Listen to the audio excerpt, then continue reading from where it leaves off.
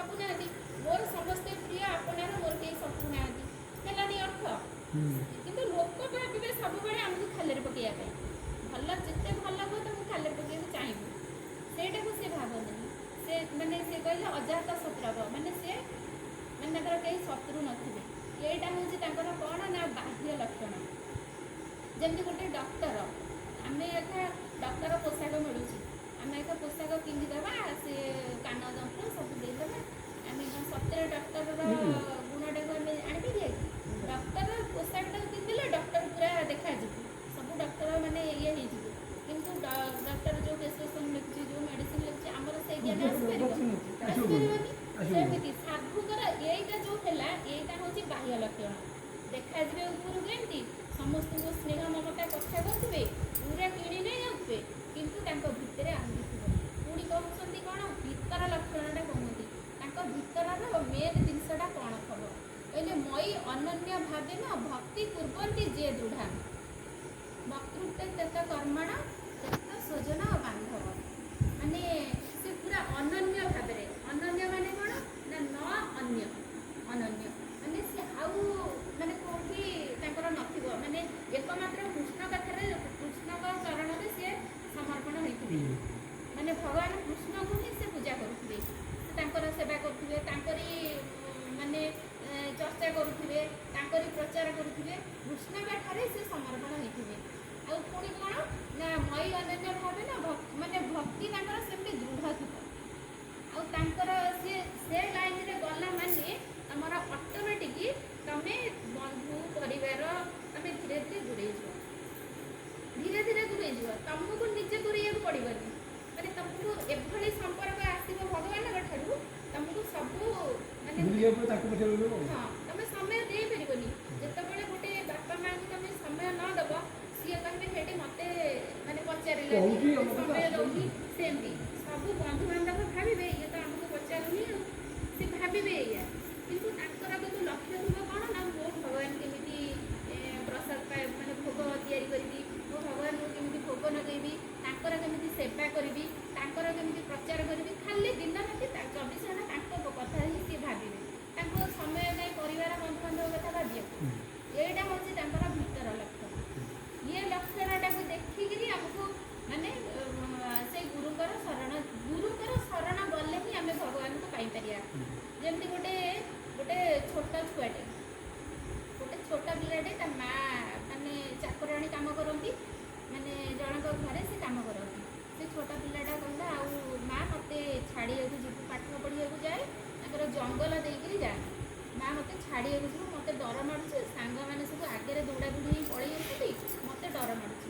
ମା କହିଲା ମା ବାପା ମୁଁ ତ ପର ଘରେ କାମ କଲେ ତୁ ପାଠ ପଢ଼ିବୁ, ଆଉ ମୁଁ ଯଦି ଯିବି ତୋତେ ଛାଡ଼ିବାକୁ ଯିବି, ଆଣିବାକୁ ଯିବି, ସିଆଡ଼େ ତ ମୋର ସମୟ ଯିବ, ମୁଁ କାମ କରିବି କ'ଣ, ପଇସା ଆଣିବି କ'ଣ, ଚଳେଇବି କ'ଣ, ପାଠ ପଢ଼ିବୁ କେମିତି? ତୁ ସାଙ୍ଗମାନେ ଯାଉଛନ୍ତି ତାଙ୍କ ସାଙ୍ଗରେ ଯା, ନା ସେମାନେ ଆଗରେ ପଳେଇ ଆସୁଛନ୍ତି, ମୋତେ ଡର ମାଡ଼ୁଛି। ପୁଅ କହିଲା ନା ଯଦି ତୋତେ ଡର ମାଡ଼ୁଛି ତୁ ମାନେ ଗୋବିନ୍ଦ ହେଉଛନ୍ତି ତୋ ଭାଇ, ତୁ ଗୋବିନ୍ଦଙ୍କୁ ଡାକିବୁ, ସିଏ ତୋ ସାଙ୍ଗରେ ଆସିବ। ପୁଅ ବିଶ୍ୱାସ କରିଗଲା। ଛୋଟ ଛୁଆକୁ ଆମେ ଯେମିତିଆ ସେ ସେମିତି ବୁଝିବେ। ଛୁଆ ସେଠୁ ସତକୁ ସତ ବିଶ୍ୱାସ କରିଗଲା, ହଁ ମୁଁ ଗୋବିନ୍ଦଙ୍କୁ ଡାକିଲି, ଗୋବିନ୍ଦଙ୍କ ପାଖରେ ଯିବି ଆଉ ତୋ ସାଙ୍ଗରେ ଆଉ। ସିଏ ସେଠୁ ସେଇଆ କରିଲା। ସ୍କୁଲରୁ ଆସିଲା ବେଳେ ଗୋବିନ୍ଦଙ୍କୁ ଡାକିକିରି ଆସେ, ଭାଇ ସାଙ୍ଗରେ ଗପିକିରି ଆସେ, ତାକୁ ବି କ'ଣ ଆଭାସ ମିଳେ, ସେ ବି ବିଶ୍ୱାସ କରିଯାଏ। ସେ ବିଶ୍ୱାସ କଲେ। ଏଠୁ ମା ପଚାରିଲେ ଆଇଲେ ପୁଅ ତୋତେ ଡର ମାରିଲାନି ନା, ଭାଇ ଆଇଲେ ସାଙ୍ଗରେ। ମା ସେଠୁ ଆଶ୍ଚର୍ଯ୍ୟ ହୁଅନ୍ତି, ମୁଁ କ'ଣ ମିଛରେ କହିଥିଲି ବୋଲି ପୁଅ କ'ଣ ସତରେ ଏଇ କଥା ଇଏ କରୁଛି, ପୁଅ ସତରେ ତାକୁ ଗୋବିନ୍ଦ ଦେଖା ପାଉଛନ୍ତି। ପୁଅ ମାନେ ମା ବି ଆଶ୍ଚର୍ଯ୍ୟ ହୁଏ। ଦିନେ କ'ଣ ହେଇଛି, ସ୍କୁଲରେ ସରସ୍ୱତୀ ପୂଜା ଗଣେଶ ପୂଜା ଯେଉଁ ହୁଏ, ଗଣେଶ ପୂଜା ହେଲା। ତାଙ୍କ ସାର୍ ମାନେ କହିଲେ ଆଉ ସମସ୍ତେ ଘରୁ କ୍ଷୀର ଆଣିକିରି ଆସିବ, ଘରୁ କ୍ଷୀର ଆଣିକି ଆସିବ, ଭୋଜି ହେବ। ତାଙ୍କର ତ ଆଉ ଗାଈ ନାହିଁ, କେହି ତ ନାହାନ୍ତି, ମା ଡେକି କେଉଁଠୁ ଆଣିବ କ୍ଷୀର? ମାଆକୁ ଆସିକି କହିଲେ ମା ଆଉ କ୍ଷୀର ଦେବୁ, ସାର୍ କହିଛନ୍ତି କ୍ଷୀର ନେବା, ସେଠି ଫିଷ୍ଟ ହେବ, ମୁଁ କ୍ଷୀର ନେବି। ସେ ସେଠୁ କ'ଣ କଲେ, ମା କହିଲେ ଆମର ତ ଦେଖୁଛୁ ଗାଈ ନାହିଁ, ଆମେ କେଉଁଠୁ କ୍ଷୀର ଆଣିବୁ, ମୋ ପାଖରେ ତ ପଇସା ନାହିଁ, ଆଉ କେଉଁଠୁ କ୍ଷୀର ଆଣିବୁ? ତୁ ଯା ସେ ଗୋବିନ୍ଦକୁ କହ, ସେ ଗୋବିନ୍ଦ ତୁ ତ ଗୋବିନ୍ଦ ହଉଛି, ସେ ଗୋବିନ୍ଦକୁ କହଯା।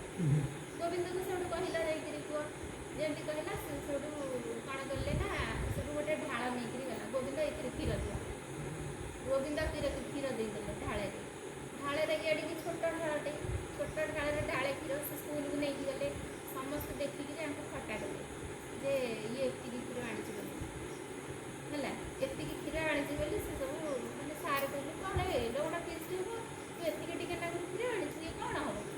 ସେଠୁ ଏଇଆ କହିକିରି ଗୋଟେ ଜାଗା ଆଣିଲେ ଅଜାଡ଼ିବାକୁ, ମାନେ ଗୋଟେ କ'ଣ ଛୋଟ ଜାଗାଟେ ଆଣିଲେ। ସେ ଅଜାଡ଼ୁଛନ୍ତି, ସେ ଜାଗା ଫୁଲ୍ ହେଇଗଲା। ପୁଣି ବାଲ୍ଟି ଆଣିଲେ, ଅଜାଡ଼ୁଛନ୍ତି, ଫୁଲ୍ ହେଇଗଲା। କେତେ ଜାଗା ଏମିତି ଆସିଲା, ଆଉ ଜାଗା ନାହିଁ। ସିଏ ସବୁଠୁ ଆଶ୍ଚର୍ଯ୍ୟ ହେଲା, ଆ ଭିତରେ କିଛି ଗୋଟେ ରହସ୍ୟ ଅଛି। ଆଉ ଏଡ଼ିକି ବକଟେ ଛୋଟ ଢାଳ, ଏତେ କ୍ଷୀର ଆମେ ଅଜାଡ଼ୁଛୁ ଯେ ସେଥିରେ ଜାଗା ହେଉନି, ଏତେ କ୍ଷୀର। ସେଠୁ ସିଏ ସେଟା ଆଶ୍ଚର୍ଯ୍ୟ ହେଲେ। ସତ କଥା କୁହ ତମେ, ମାନେ ସେ ପୁଅକୁ ପଚାରିଲେ, ସତ କଥା କୁହ, ୟାର କ'ଣ ରହସ୍ୟ କ'ଣ? ନା ମୋତେ ତ ଗୋବିନ୍ଦ କ୍ଷୀର ଦେଲେ, ମୁଁ ଆଣିକି ଆଇଲି। ଆଉ ତୋର ତ କେହି ଭାଇ ନାହାନ୍ତି, ତୋର ତ ବାପା ନାହାନ୍ତି, ତମେ ତ ମା ପୁଅ, ଗୋବିନ୍ଦ କିଏ? ନା ଗୋବିନ୍ଦ ମୋ ସାଙ୍ଗରେ ବି ଆଇଛନ୍ତି, ସେ ସେଠୁ ଅଛନ୍ତି, ମୁଁ ଏଠିକି ଆଇଛି। ନା ଚାଇଲୁ ଦେଖେଇ ଦେବୁ କେମିତି ଗୋବିନ୍ଦ ଅଛନ୍ତି ସାଙ୍ଗରେ। ସେ ସେଠୁ ସାରଙ୍କୁ ଆଣିକି ଆଇଲେ ସାଙ୍ଗରେ, ଆଣିକି ଆଇଲେ। ସିଏ ସେଠୁ ଆଉ ସିଏ କୋଉଠୁ ତାଙ୍କ ପୁଅକୁ ଦେଖାଦେବେ, ଆମ ଭଳିଆ ବଦଜୀବୀଙ୍କୁ ଆଉ କ'ଣ ଗୋବିନ୍ଦ ଦେଖାଦେବେ? ସିଏ ସେଠୁ ଯେତେ ପ୍ରକାର ଇଏ କଲେ, ହେଲେ ଆଉ ହେଲେନି। ସିଏ ସେଠୁ ମାନେ ଏ ପୁଅ ଭିତରେ କ'ଣ ଗୋଟେ ବୁଦ୍ଧି ଆସିଲା। ସେ କହିଲା, ମୁଁ ତ ଦେଖିପାରୁଛି ଗୋବିନ୍ଦ ଏଠି ଠିଆ ହେଇଛନ୍ତି, ତମେ କ'ଣ ଦେଖିପାରୁନ?